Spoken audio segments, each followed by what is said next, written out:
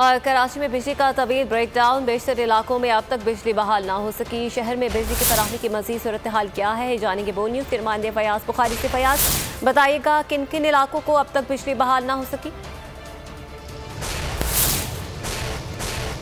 जी बिल्कुल, इस वक्त मैं गोधरा के इलाके में मौजूद हूँ और अगर यहाँ की बात की जाए तो आधा शहर ही वैसे तो अंधेरे में है और इस वक्त जो है वो दोपहर 12 बजे के करीब से जो है बिजली गायब हुई है। तो ताहाल इन इलाकों में बिजली बहाल ना हो सकी है और इस वक्त गोधरा का इलाका है, नॉर्थ कराची है, सरजानी टाउन है। अगर इस जाने बात की जाए तो लियाकताबाद, नाज़िमाबाद, नॉर्थ नाज़िमाबाद, इन तमाम ही इलाके अंधेरे में डूबे हुए हैं। जबकि ये सिर्फ ऐसा नहीं कि सेंट्रल की बात की जाए बल्कि दीगर टाउन्स की और दीगर डिस्ट्रिक्ट की भी यही सूरत हाल है। और इस वक्त हम जहाँ मौजूद है ये वैसे तो सनती एरिया है। मजीद हम आप लोगों से भी आप ये बताइएगा कब से लाइट नहीं है और कौन कौन से इलाका अंधेरे में इस वक्त? सर, ये दोपहर 12:30 बजे से लाइट नहीं है और ये इलाके जो है 11G Godhra colony, 11F sector 5F Sindhi hotel 5 number.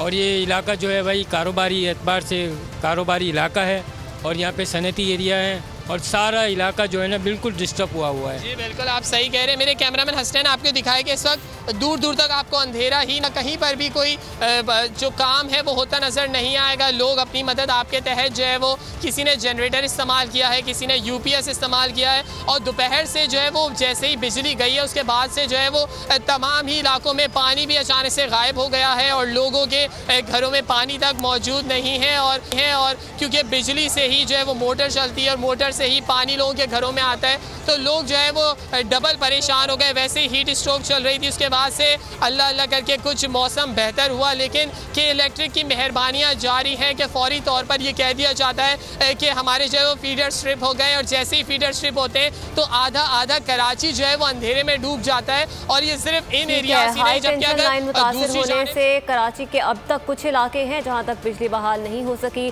लोगों को दोहरी अजियत का सामना करना पड़ा है। फयाज बुखारी सवाल से आगाह कर रहे थे, आपका बहुत शुक्रिया।